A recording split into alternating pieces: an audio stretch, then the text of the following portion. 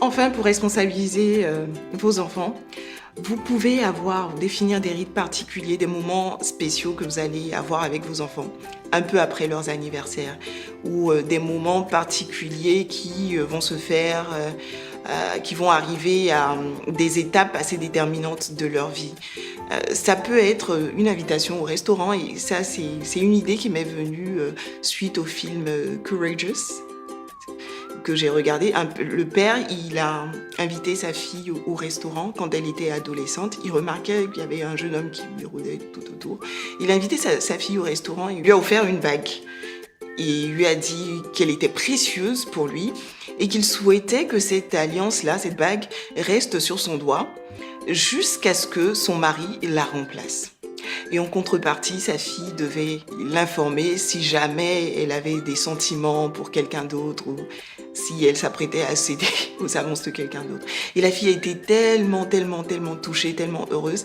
Effectivement, c'est une expérience qui est particulière et qui permet à l'enfant de se sentir responsable sur sa vie sentimentale. Et j'ai entendu aussi l'histoire d'un autre papa qui a eu la même démarche avec sa fille pour son anniversaire. Je ne sais plus si elle avait 16 ans, et ça a vraiment marqué sa fille.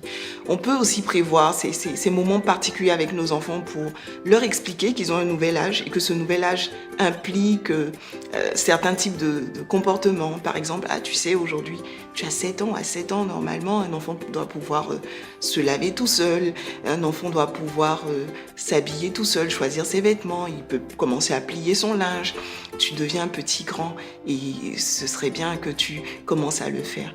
Dans ce cadre-là, vous allez créer chez votre enfant certaines dispositions favorables au changement que vous souhaitez voir s'opérer dans sa vie. Donc c'est une cartouche aussi à garder quelque part à l'intérieur de votre mémoire et que vous pourrez utiliser à l'adolescence. Par exemple, pourquoi pas échanger avec votre enfant, lui parler de sexualité et tout cela pour qu'il ait un comportement plus responsable. Attention, responsabiliser ses enfants n'est pas synonyme de les abandonner devant des situations qui les font paniquer ou les abandonner à des moments où ils ont vraiment besoin de nous. Donc il faut quand même avoir une certaine mesure dans les fois où on veut les mettre en face des problèmes auxquels ils sont confrontés. Par moments, ils ont vraiment besoin de notre aide, et si on est absent, ils n'auront pas l'impression qu'on leur donne une leçon de vie, mais ils auront le sentiment qu'on les a complètement lâchés.